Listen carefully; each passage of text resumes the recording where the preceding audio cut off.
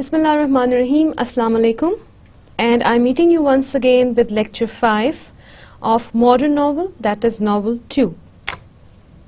What we are going to do today, the other day we finished with the discussion, a precise discussion about the themes in the novel, and we also discussed the motifs and symbols precisely. What we are going to cover, we'll be covering the discussion about the arguments throughout the story and the discussion about development, and critical analysis of the chapter will also be a part of today's discussion. What are the arguments and different viewpoints presented in the story? The very first argument that has also been part of themes and motifs and symbols and many other developments, critical developments in the story, is the argument between Catholics and Irish nationalists. As I mentioned earlier, and you have been having the discussion about this very argument, the clash between the Catholics and Irish nationalists split the Christmas dinner. This was the family dinner that was taking place at Stephen's home, and this dinner was the very first dinner of his life where he was allowed to sit among adults. So this bears pretty much importance in his life, and the very first dinner became the venue of his first dispute that he came across. Dante, a Catholic, fights with Mr. Daedalus and Mr. Casey, which are both proponents of nationalist movement. Dante defends the church and priest, citing that they are the apple of God's eye. On the other hand, Mr. Casey views them as traitors. Didn't the Bishop of Ireland betray us in the time of the Union? That's what he says. Both sides essentially do the same thing. They call each other names and argue about whether Parnell was a hero or villain, or whether his death or murder was justified or not. The other main argument that you would find in the story is between portrayal of adults as role models. Are they role models or they are not? Or should they be or should they not be?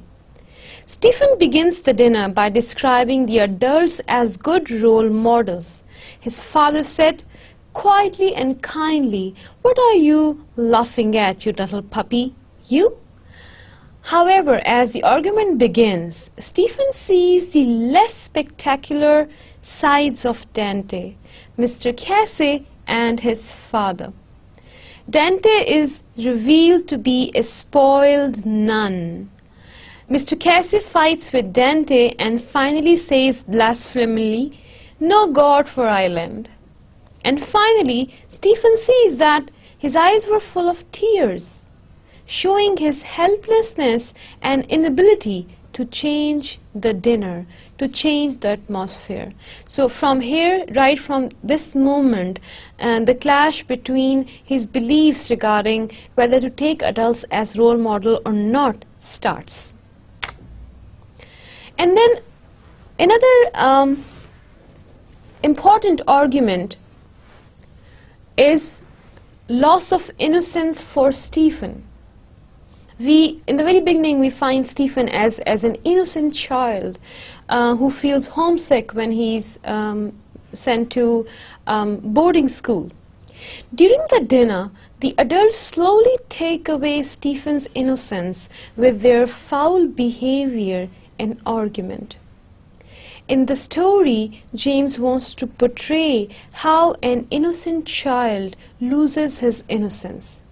And somehow the blame is put onto adults who, by showcasing their unjust behavior, foul behaviors, and by putting forward their foul arguments, make children lose their innocence. Mr. Daedalus begins by calling the language of the Holy Ghost bad. Mr. Daedalus then calls the church's subordinates Billy with the lip, tub of guts, and then sons of bitches to the worst. Mr. Casey brags about spitting in an old woman's eye. At the end of the argument, Stephen is forced to watch all of the adults argue. Well, from here you can take an everyday example. For example, at home, we tell our children not to lie. Lying is forbidden in our religion. Or lying is a bad habit. It causes you shame, it causes you embarrassment, and one shouldn't lie because that is not fair if you take humanity as your religion. And as far as your other religion is concerned, again you tell your children that no, lying is sin. You have to be truthful, speak truth. But at the same time, when you tell your children that, okay, don't do this, I'll buy you a chocolate, and then you never buy that chocolate. Or, come on, if a phone comes up and somebody asks you, okay, where is your mama? And mama says, no, don't tell them that I'm here.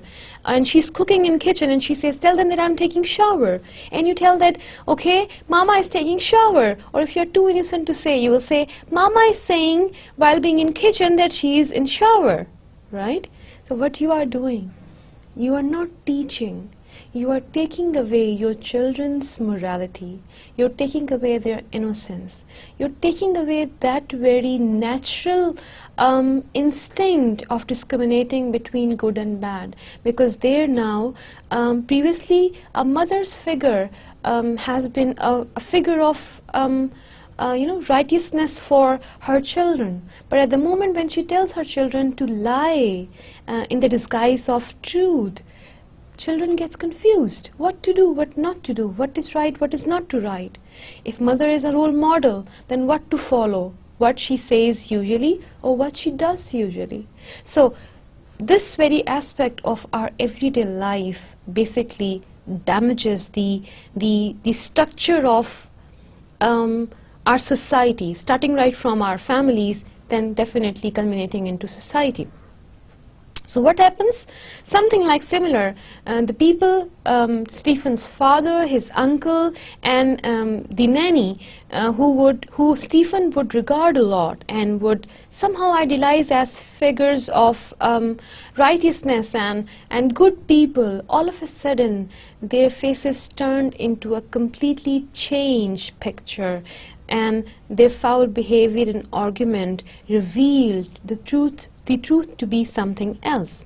So at the end of the argument, Stephen is forced to watch all of the adults argue. And when you argue and you do not have control over your emotions, you appear to be something you would not like audience to witness, usually. Okay, so these was the main arguments going on in the story, in the novel. Now, I think by now we are ready. When you are done with your reading, when you have a detailed discussion about the plot overview, you know the story, you know what is the climax, where from the rising of climax start, where from it finishes, what are the main characters, what are the major characters, what are the other minor characters, what are the major themes coming up in the story, what motives and symbols writer used to further glorify these themes, and what are the major disputes under discussion in the story. I think this all makes ground prepared to go for a detailed analytical discussion on the chapters one by one. So, if any one of you who could not finish their chapter previously, by now they should all be done with their preliminary reading, so they are able to follow me and what is happening in the discussion as far as analysis is concerned. In chapter 1, what happens that story starts in a way that once upon a time, and a very good time indeed, there was a macaw coming down along the road, and this macaw that was coming down along the road met a nice little boy named Baby Tuco. Stephen's father, Simon Dedalus, tells his young son an old-fashioned children's story. Simon begins the story with the traditional once upon a time starter and uses babyish words like macaw with his childish yet vivid imagination.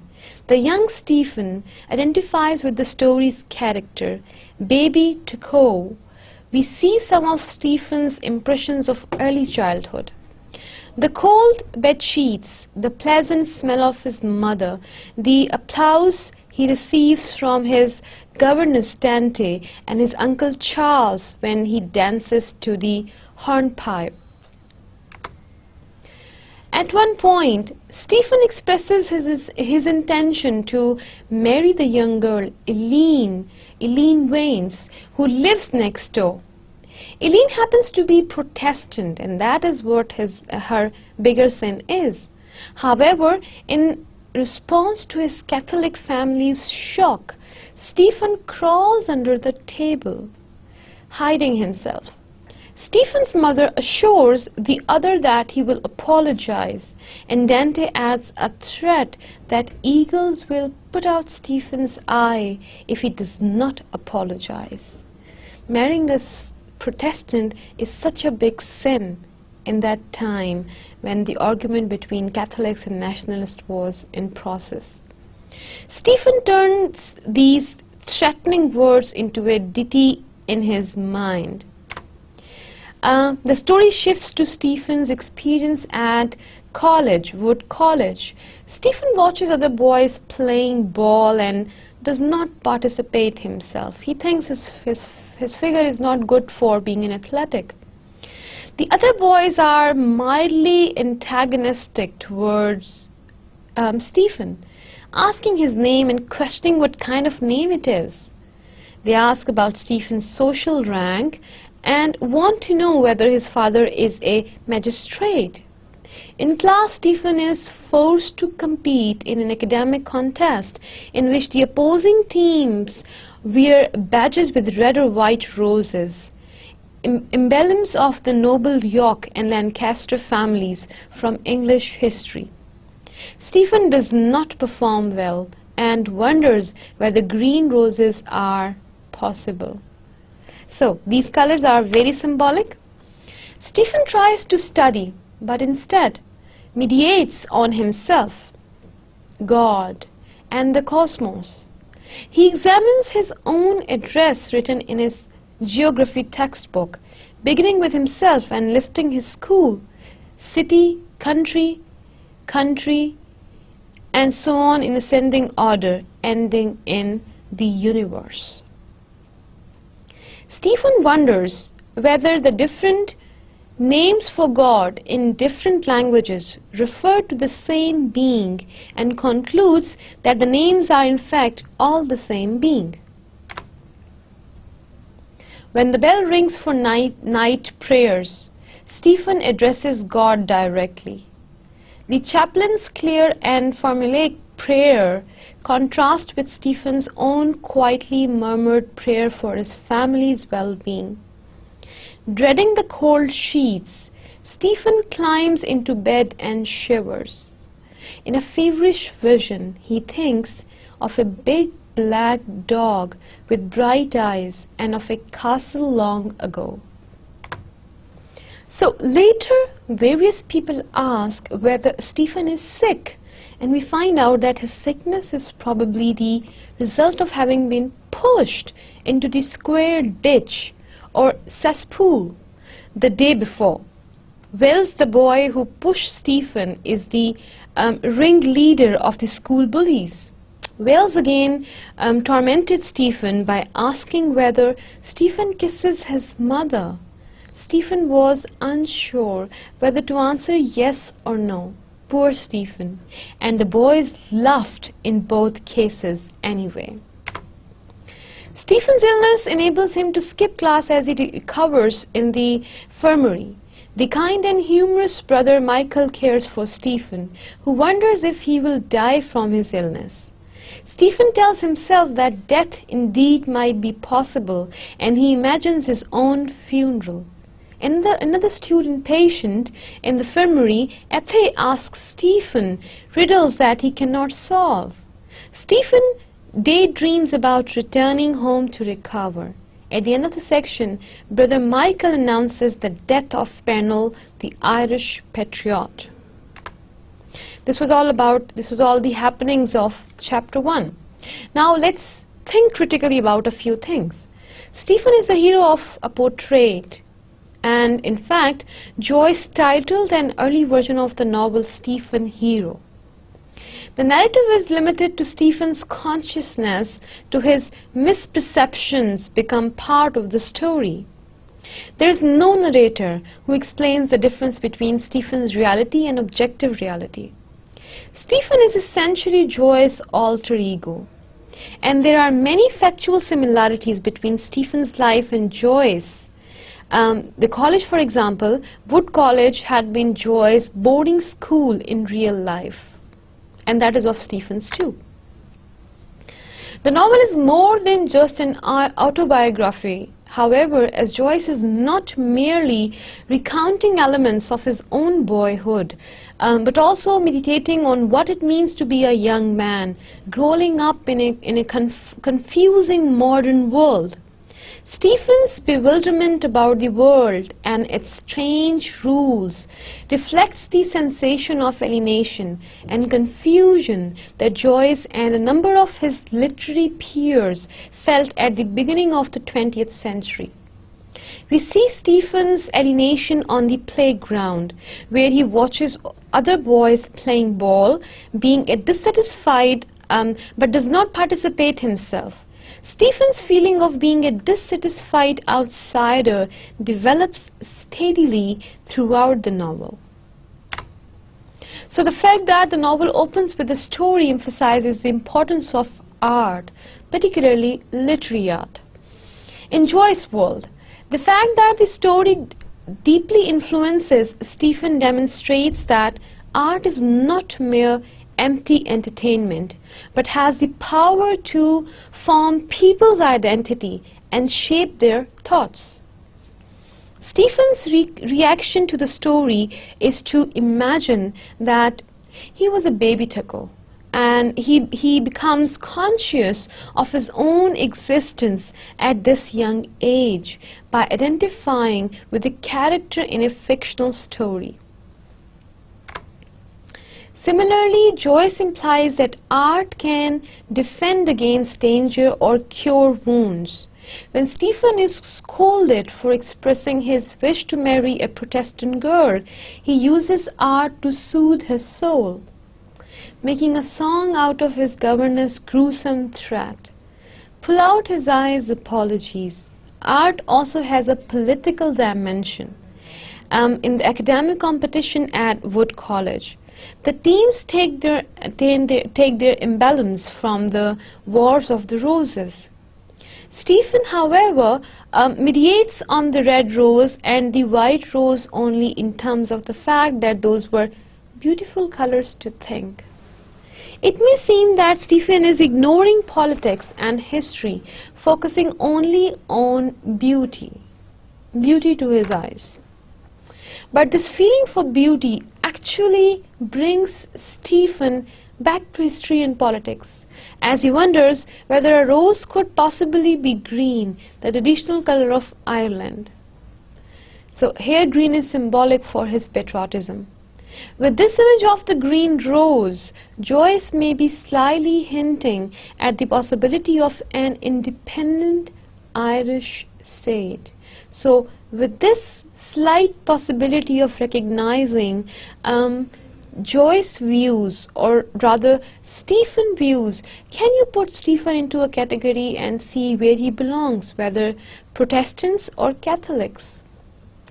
A sense of beauty may in his regard be quite revolutionary.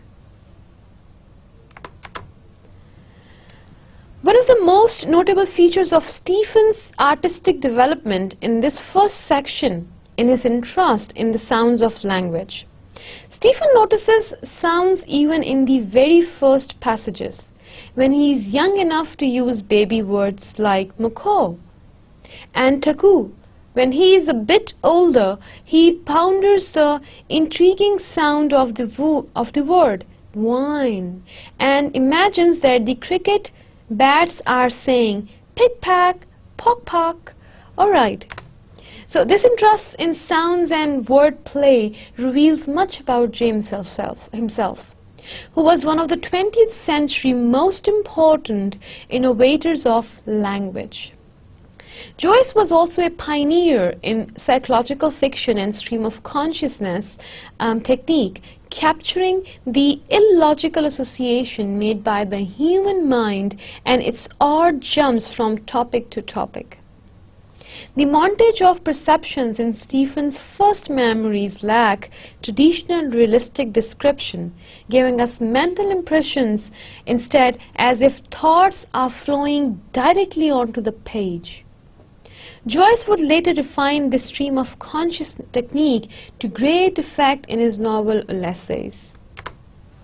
So now starting with our discussion based on chapter 1, section 2. Now the scene, this is a shift of scene, and this shifts to the Daedalus home, where Stephen has returned from boarding school for Christmas vacation. This is the first Christmas dinner during which the young Stephen is allowed to sit at the adult table.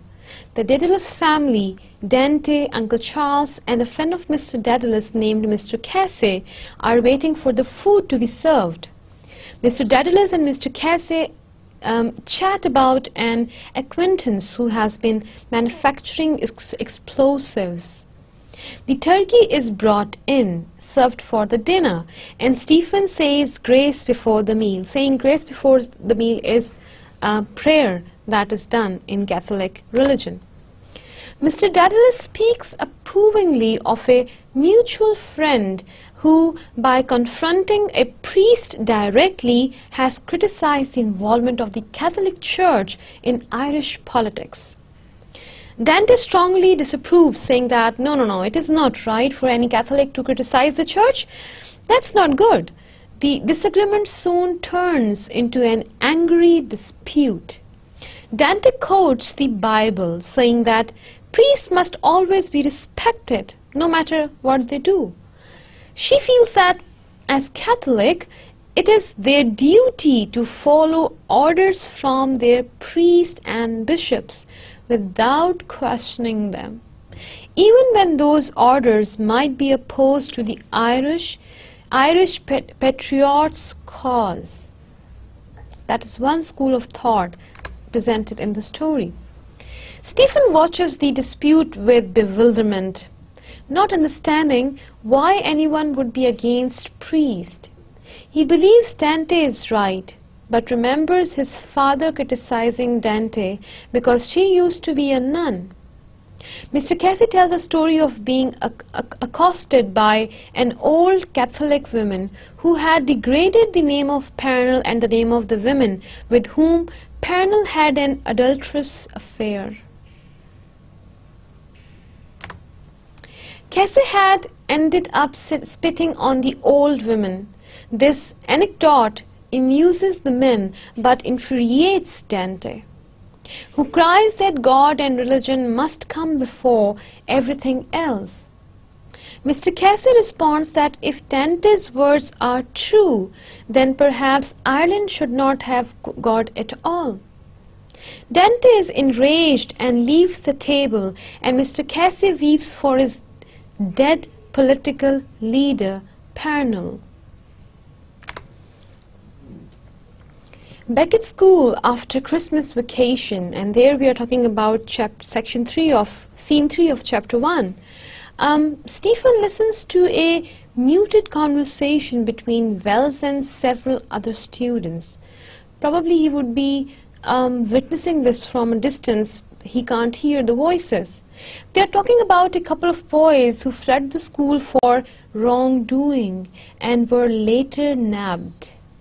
Wells believes the boys stole wine from the school's scarcity. The other boys fall silent at the horror of this offense against God.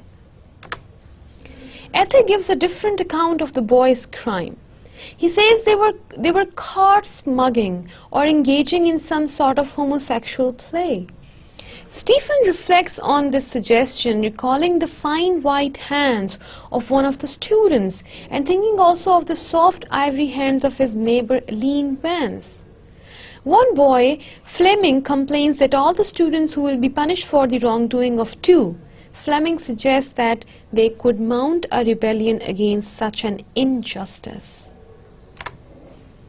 The boys are summoned back into the classroom. After the writing lesson, Father Arnold begins the Latin lesson. Fleming is unable to answer a question, and the prefect of studies, Father Dolan, pandies him or lashes his hands. Afterward, the prefect notices that Stephen is not working and demands to know why. Father Arnold tells Father Dolan that Stephen has been excused from class work because his glasses are broken and he cannot see well. Stephen is telling the truth, but the unbelieving prefect pandies him as well. So injustice ruling in the society of several categories. Later, the boys discuss the incident and urge Stephen to denounce the prefect to the rector. Stephen is reluctant.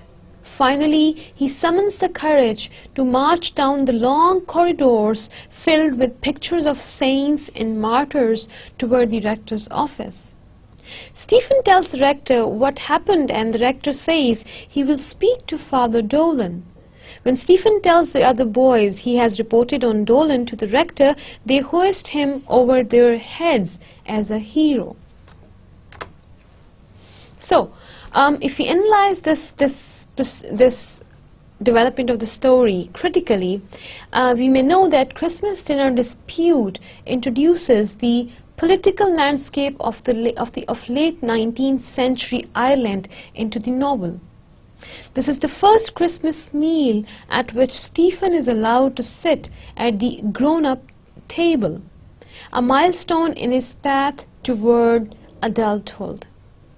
The dispute that unfolds among Dante, Mr. Daedalus and Mr. Casey makes Stephen quickly realize, however, that adulthood is fraught with conflicts, doubts and anger. This discussion engenders no harmonious Christmas feeling of family togetherness.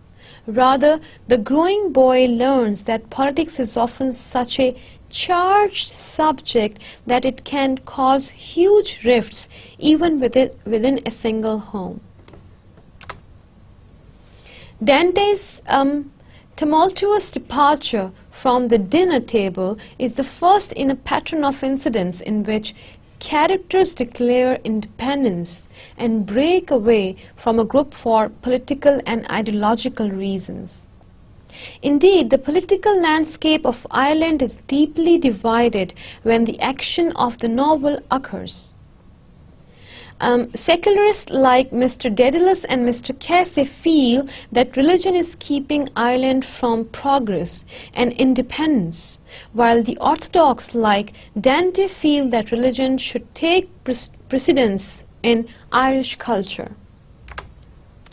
The secularists consider Parnell the savior of Ireland, but Parnell's shame at being caught in an extramarital affair tarnishes his political luster and earns him the church condemnation. This condemnation on the part of the church mirrors Stephen's shame over expressing a desire to marry Eileen Vance, who is Protestant. On the whole, however, Stephen's reaction to his family's dispute is sheer bafflement. These chapters also explore the frequently arbitrary nature of crime and punishment. The fact that the boys in Stephen's class at Wood College know that they will all be punished for the transgression of the two-quart smuggling indicates that they are accustomed to unfair retribution. Furthermore, none of the instances of wrongdoing mentioned so far in the novel have been crimes of malice. Neither Stephen, when he wishes to marry Eileen, nor the boys caught in homosexual activity, nor Pernell caught in a relationship with another woman, demonstrates any overt ill will towards other. But none of them robs, kills, or wishes harm directly upon another. Yet they are all punished more severely than they deserve. Joyce explores this idea of undeserved punishment explicitly when Stephen is painfully punished for a transgression that he has not committed. And this is referring to his broken glasses when he's not able to walk, but still he was punished. When Stephen later defends himself and denounces the punishment as unfair, he acts as a representative of all the others who are unfairly punished, and that makes Stephen a hero. There is great symbolic importance in the scene in which Stephen's peers lift him up over their heads and shoulders and acclaim him as a hero, as it suggests a heroic side of the young boy that we have not seen before. Stephen's summoning of the courage to denounce Father Dolan's injustice is a moral triumph, rather than a more conventional heroic triumph in sports or fighting. Joyce highlights the difference between these two kinds of heroism in the pictures of martyrs that Stephen passes on his way to the rector's office. His walk among the images of upright men suggests that he may be joining their ranks, and his moral victory foreshadows his later ambitions to become a spiritual guide for his country. The role of hero does not necessarily come easily to Stephen, however. His schoolmates lift him up till the struggle to get free, suggesting that heroism is a burden associated with constraints or lack of freedom. Significantly, Stephen's heroic role does not ensure any new feeling of social belonging. After the cheers die away, Stephen realizes that he is alone. Joyce implies that becoming a hero may not bring an end to Stephen's outsider status or to his solitude. And here we start with Chapter 2, Section 1. Stephen spends the summer in his family's new house in Blackrock, a town near Dublin. He enjoys the company of his uncle Charles, a lively old man who smokes horrible black twist of tobacco and allows the boy to take handfuls of fruit from a local vendor.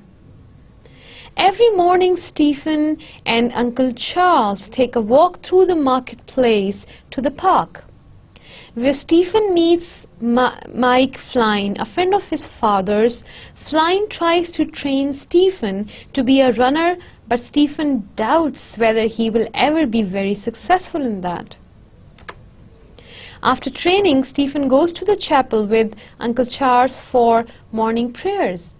Stephen respects his uncle's piety but does not share it. Stephen takes weekend walks through the town with his father and uncle. Listening to their political discussions and their stories about the past, Stephen does not understand many of the references that they would provide. Now at home, Stephen reads Alexander Dumas' novel, The Count of Monte Cristo, and is deeply engrossed in its adventure and romance.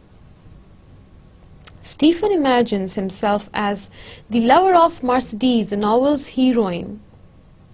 Ashamed of his father's poor management of the family's finances, Stephen uses the imaginary adventure of Dumas's novel as an escape. He befriends a young boy named Aubrey Mills, who becomes his constant companion in reenacting the adventures of the Count of Monte Cristo. Stephen feels that he is different from the other children he knows, and that he is in touch with the higher world. He imagines a future moment in which he will be transfigured by some magic revelation. And the scene shifts when the Daedalus family begins to feel its financial trouble more acutely, and moving men arrive to dismantle the house for a move to Dublin. In Dublin, Stephen enjoys more freedom than before. As his father is busy and Uncle Charles has grown senile, Stephen explores the city and wanders along the docks, still imagining himself as the Count of Monte Cristo. He is taken on visits to see his aunt and to see another elderly female relative. Stephen senses in himself a new mood of bitterness as he criticizes his own foolish impulses, but finds himself unable to control them. His interactions with his aunt are awkward and results in misunderstandings. At a birthday party, for example, for another child, Stephen feels no gaiety or fun and merely watches the other guests silently. Though he sings a song with the others, he enjoys feeling separate from the other children because he thinks that he is different. However, he is attracted to one of the girls, Essie, in the party. They leave the party together and take the same train home, riding on different levels but conversing for the entire ride. Stephen is attracted to the black stockings she wears and recalls lean Vance. He wonders whether Essie wants him to touch her and kiss her, but he does nothing. Now at home, Stephen writes a love poem in his notebook, titling it To Essie. In imitation of Byron, he finds himself confusingly overwhelmed by a longing for romance. As summer comes to an end, Stephen is told that he will be going to a new school because his father is no longer able to afford Wood's College. So here we start the critical analysis of Chapter 2, Section 2. These two experiences of reading show how Stephen's identification with a literary character shape his perception of himself. Unlike the young boy in the children's story, Stephen's new role model, the Count, is active, adventurous, heroic, and even somewhat dangerous. Like the Count, who is a pursuer of vengeance and a righter of wrongs, Stephen is frustrated with the unfairness he sees in the world. In showing this relationship that Stephen forges with literary characters, Joyce implies that literature is not necessarily a solitary pursuit. Indeed, Stephen's friendship with Aubrey Mills is largely based on a shared passion for imitating Dumas' novel. Literature also helps guide Stephen's newly burgeoning sexuality, which he is able to channel into dreams of pursuing. In the dreams of pursuing Mercedes, the heroine of the Count of Monte Cristo. Stephen finds romantic models in literature again when he uses a love verse by Lord Byron as a model for the poem he writes to Essie, the girl after whom he lusts at the birthday party. The intervening of life and literature foreshadows the later ways in which the artist and the young man of the title, one who creates art and another who lives life, complement and reinforce each other. Stephen's love and trust develop in a complex manner. He experiences a tension between his somewhat awkward real-life erotic encounters and his idealized vision of gallantly pursuing Mercedes, the heroine of the novel. Yet Stephen's vision of ideal love is less a desire for a perfect love object than a hope of possessing a woman. The Count of Monte Cristo, on whom Stephen models his own idea of love, ultimately rebuffs Mercedes with the pithy rejection, "Madam, I never eat muscatel grapes." Stephen's fantasy then is not one of a love-filled romance, but one of repudiating a woman who desires him. The ambivalent nature of Stephen's desire manifests itself again when he stares, smitten at a girl at a party, but then lets nothing come of it. Indeed, while he's staring, Stephen actually contemplates not the girl at the party, but his first crush, Eileen Vance, whom he had watched years before. Unlike that of a traditional romantic hero, Stephen's desires for women is jumbled and quite confusing. So in section 3, Stephen, now a teenager, he's growing, is a student at Beweldery College, a Jesuit school. He is preparing for a performance in the play the school is putting on for Whitsunday, the Christian feast of Pentecost. Stephen is to play the role of a farcical teacher, a role he has won because of his height and his serious manners. After watching various others get ready for the performance, he wanders outdoors where his school friend Harun and Harun's friend Velis greet him. Harun encourages Stephen to imitate the school rector when performing the role of the stodgy teacher. The two boys tease Stephen for not smoking. Velis and Harun also playfully mention that they saw Mr. Daedalus arrive at the theatre with a young girl. Stephen imagines that the girl is the one Stephen had flirted with earlier at the birthday party. Velis and Harun playfully try to force Stephen to confess his dalliance with the girl. Stephen suddenly recalls a dispute with Harun and two other students over the question of which English poet is the best. Now Stephen had named Byron, while the other student had said the Tennyson was obviously superior. So this conflict is again in process. Remembering this quarrel, Stephen reflects on his father's command for him to be a good gentleman and a good Catholic, but the words sound hollow in Stephen's ear now.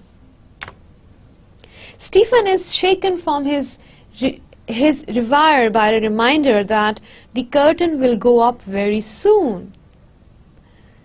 Stephen performs his role quite successfully. After the play, he does not stop to talk to his father, but goes walking in the town, highly agitated. Stephen and his father sit in a railway carriage bound for the city of Cork when his father is accounting off some property. Stephen is bored by his father's sentimental tales of old friends and annoyed by his drinking. Falling asleep at Maryborough, Stephen is awakened by a frightening vision in which he imagines the villagers asleep in the towns passing by outside his window. After praying, he falls asleep again to the sound of the train. Stephen and Mr. Daedalus take a room at the Victoria Hotel. Stephen lies in bed while his father washes and grooms, softly singing a tune from a popular variety show. Stephen compliments his father on his singing. At breakfast, Stephen listens while his father questions the waiter about old acquaintances, and the waiter misunderstands which men Mr. Daedalus is discussing. Visiting Mr. Daedalus' medical school, Stephen comes upon the startling word, foetus, carved into the top of one of the desks in a lecture hall. Stephen has a vision of a mustached student carving the word years ago to the amusement of onlookers. Leaving the college, Stephen listens to his father's stories of the old days. Now, Mr. Daedalus tells Stephen that he should always socialize with gentlemen, because that's the way a gentleman grooms. Stephen feels overwhelmed by a sense of shame and alienation, and regains his grip on himself by telling himself his own name and identity. Now, going from bar to bar with Mr. Daedalus, 56 minutes. Now, going from bar to bar with Mr. Daedalus, Stephen is ashamed by his father's drinking and flirtation with the barmaids. They encounter an old friend of Mr. Daedalus, a little old man who jokingly claims to be 27 years old. Well, Stephen feels distant from his father and recalls a poem by Shelley about the moon wandering the sky in solitude. Stephen grows increasingly alienated from his father, largely because of Mr. Daedalus' inability to connect with reality. Now, Stephen is bored by his father's tales of old days, and as he rides with him in the train to Cork, he sees how much his father has lost touch with the world when he is inquiring about his old acquaintances. Mr. Daedalus is unable even to talk to the hotel waiter about common acquaintances, as he and the waiter get mixed up about which acquaintances they are discussing. Mr. Daedalus' failure to keep up with the times seems pathetic, and here he is suggesting his own son to be in company of gentlemen. And we sense that this constant drinking throughout this nostalgic trip home is an attempt to protect himself from the pain he cannot face directly. Mr. Daedalus revisits his former medical school, perhaps to recapture his lost youth. But the visit is repulsive to Stephen, who has a vision of his student from his father's era carving the disgustingly incongruous word he sees on the table. Here again, Mr. Daedalus' blithely sweet memories of the past seem irrelevant to the family's hard times in the present, and his drunken denial of the reality around him alienates his son. When Stephen states his name for his own reassurance, saying, "I am Stephen Daedalus," we sense that he feels the need to assert his own identity, because his father's identity is rapidly crumbling. Now, Stephen rolls in the with Suntide play foreshadows the role of hero he later aspires to fulfill. The fact that Stephen has been chosen to play a teacher is quite significant, but also ironic, as the role requires that Stephen play the teacher comically rather than seriously. This parody of a teacher figure hints at the novel's underlying doubt about the validity of leading or instructing others, and that's very important. Stephen performs the role successfully and is amazed at how lifelike the play feels. The disjointed, lifeless thing had suddenly amused a life of its own. It seemed now to play itself. The life Stephen discerns in the play makes him aware of the importance of acting as a metaphor for living. Stephen's awareness of life's drama becomes problematic, however, when the things he previously thinks real begin to appear false. And now he reflects on the moralizing voices of his early years that had now come to be hollow sounding in his ears, losing its spirit. Art and life are, in a sense, switching places. While the artistic performance seems lifelike, life itself seems artificial. Joyce's experimentation with the technique of stream of consciousness, capturing the process and rhythms by which characters think, is especially evident in the sudden flashbacks of the play scene. Joyce narrates Heron's and Valley's near-violent teasing about Stephen's flirtation with the girl in the audience. Then suddenly, without any warning, Joyce takes us back to Stephen's first year at Belvedere, when he was accused of heresy because of a mistake he made in an essay. This memory segues into another memory from a few nights after the first, when Stephen was forced into a ridiculous schoolboy argument about the relative merits of Byron and Tennyson. When this argument is finished, the narration returns to the sense of the play in the present moment, and that is a quite quick shift between things. And at times, readers are left baffled what to believe and what not to believe, and how to connect both parts of the story. Joyce wants us to feel unsettled and even a bit confused by these unannounced leaps from present to past. The time shifts represent the way Stephen's mind, and the human mind in general, impulsively makes constant connections between experiences from the present and memories from the past. We are never told why Stephen's mind links the girl, the literary dispute, and the heresy accusation, which leaves us with an impression of psychological complexity that we cannot fully unravel. In Chapter 2 of Section 5, Stephen and Mr. Daedalus enter the Bank of Ireland, leaving the rest of the family waiting outside so that Stephen can cash the cheque for £33 he has received as a literary prize. Mr. Daedalus muses patriotically about the fact that the Bank of Ireland is housed in the former Irish Parliament building. The things we take out for our pride. Outside, the family discusses where to have dinner, and Stephen invites them to a fancy restaurant. This initiates a great spending spree in which Stephen regales his family members with costly gifts, treats, and loans. Stephen's prize money is soon depleted, leaving him upset by his foolishness.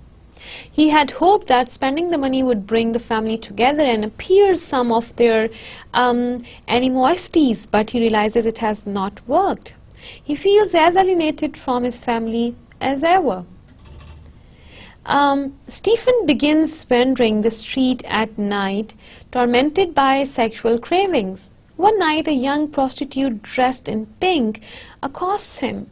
Stephen follows her to her room. He is reluctant to kiss her at first, but they eventually get into illegal bond.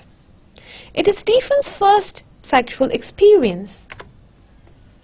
In December, Stephen sits in his school classroom daydreaming about the nice stew of mutton, potatoes and carrots he hopes to have later. He imagines that his belly is urging him to stuff himself. Stephen's thoughts soon turn to the wandering he will embark on at night and the variety of prostitutes who will proposition him.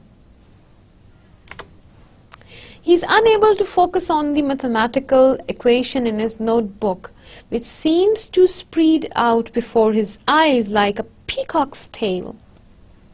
He contemplates the universe and imagines he hears a distant music in it. He is aware of a cold, lucid indifference that grips him. Hearing a fellow student answer one of the teacher's questions stupidly, Stephen feels contempt for his classmates. So on his wall, Stephen has a scroll testifying to his leadership of a society devoted to the Virgin Mary. Mary fascinates him, and with pleasure he reads a Latin passage dedicated to her, reveling in its music. At first, Stephen does not see his veneration of Mary as being at odds with his sinful habit of visiting prostitutes, but he gradually becomes more worried by his sin of the flesh. He realizes that from the sin of lust, other sins such as gluttony and greed have emerged. The school rector announces a retreat in honor of the celebration of St. Francis Xavier, whom he praises as a great soldier of God. Stephen feels his soul wither at these words. Now, these sections explore the relationship between worldly pleasures and sin. The scene in which Stephen cashes his prize money is the first of several episodes in the novel that focuses intensely on money and the thrill money brings. The prize money Stephen wins seems strangely connected to his religion. The sum, £33, echoes Christ's age when he was crucified. Stephen confesses monetary and spiritual matters when he attempts to purchase familial harmony with money and gifts. In Christian theology, the sin of trying to exchange spiritual things for worldly ones is known as simony, a word that recalls the name of Stephen's father, Simon. This implies that such confusion of the material with the spiritual, with concepts such as faith and love, may be part of Simon's legacy to his son. Indeed, Stephen does have trouble seeing the incompatibility of some of his actions with his religious beliefs. Venerating Mary even as he daydreams about visiting prostitutes.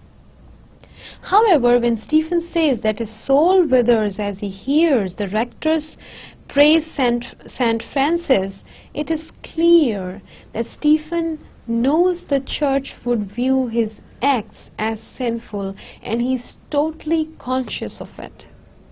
Stephen's relationship with women becomes more complex in this section, in fact.